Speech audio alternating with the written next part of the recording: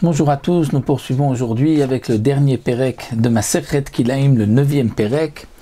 Un Pérec concernant le Shahatnez, l'interdiction de porter un vêtement où est mélangé le lin et la laine. C'est un Pérec beaucoup plus facile que ce que nous avons vu jusque-là dans Masechet Kilaim. Donc l'interdiction de Kilaim est marquée dans la Torah sous deux formes, une fois l'otilbash. Shahatnez, Semer ou Pishtin Yartav, tu ne pourras pas être habillé de Shahatnez avec du lin, de la laine et du lin ensemble. Et un autre passou qui nous dit, ou Beged Kilaim Shahatnez lo ya'ale alecha, et un habit de Kilaim Shahatnez mélangé de lin et de laine, tu ne pourras pas le monter sur toi, le porter. Donc de là, les Chachamim nous ont appris qu'il y a donc deux interdictions, pas seulement de porter, mais aussi de mettre sur soi, même si on ne s'habille pas de l'habit. Mais malgré tout, il faut que ce soit l'otilbash, c'est-à-dire qu'il y ait un profit, que ce soit comme si on en était habillé, donc si on se réchauffe avec l'habit ou autre, comme nous le verrons par la suite. Donc il y a des fois des interdictions qui sont minatora, d'autres midérabanan, et nous allons découvrir tout cela dans ces Mishnah. Donc la première Mishnah nous dit il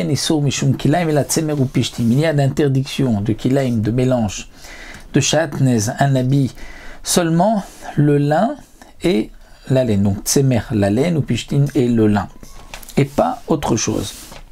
Et le Barthénoura nous précise que lorsqu'on parle de laine, il s'agit uniquement de la laine des brebis, la laine du bélier, et non pas la laine, donc par exemple des chameaux, la laine des lapins ou la laine des chèvres, qui est aussi appelée tsemer, mais qui n'est pas interdit par la Torah.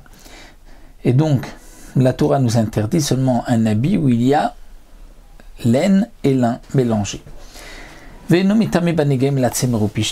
Au passage, la Mishnah nous dit par rapport au dinim de Negaim, c'est lorsqu'il y a des taches de lèvres sur les vêtements, où la Torah nous dit que le vêtement sera impur, c'est aussi seulement un habit de laine ou un habit de lin uniquement, et pas les autres habits.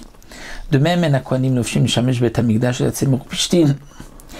les Kohanim ne pourront s'habiller dans leur big des kuna, les habits des Kohanim, qu'avec des habits qui sont de laine et de lin. Et là aussi, le Barthénoura nous rapporte les psukim à propos des Kohanim, c'est marqué Big des Shesh, Michnese Bad, Shesh et Bad, c'est le lin, et la laine, c'est Trelet Argamat Latchani, c'est-à-dire cette laine qui est teinte en bleu, en rouge, en pourpre.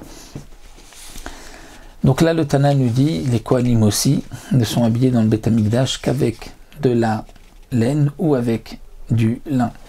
Et le Kohen Gadol, le jour de Kippour, ce sont des habits blancs qui ne sont que en lin.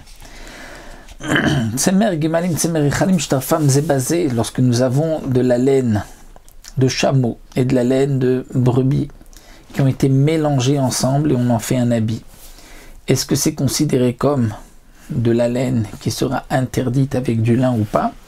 Alors tout dépend. Imrov mina gemalim mutar. S'il y a une majorité de laine de chameau, c'est permis, puisqu'à ce moment-là même, la laine de brebis s'annule dans la laine de chameau.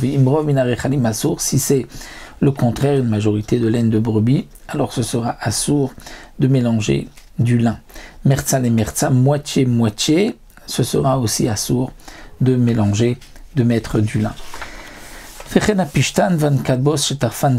même, ce sera pour le pishtan, le lin et le chanvre qu'on a mélangé ensemble. Alors tout dépend. Si c'est une majorité de chanvre, kanbos, il n'y a pas d'interdiction de kilaim, et donc même le lin qui se trouve à l'intérieur s'annule et on pourra donc coudre ou mettre de la laine aussi, étant donné que l'habit, puisqu'il y a une majorité de chanvre, donc ce n'est plus du lin, c'est du kanevos. Bien que on pourra remarquer, bien qu'ici il y a une notion de bitul berov, c'est-à-dire d'une annulation dans la majorité. C'est une majorité de laine de brebis, donc ce sera comme de la laine interdite avec le lin. Si c'est de la laine de chameau, en majorité, ce sera permis. Pourtant, l'interdiction de lin et de laine, c'est même s'il n'y a qu'un seul fil de lin dans un habit de laine ou le contraire. Donc, c'est vrai, même un seul fil va interdire, et là dans le Shahatnez, il n'y a pas de notion de bitul berov. Mais si on veut définir est-ce que c'est de la laine ou pas, là il y a une notion de rov, de majorité pour définir est-ce que c'est de la laine qui sera par la suite interdite même avec un fil de lin.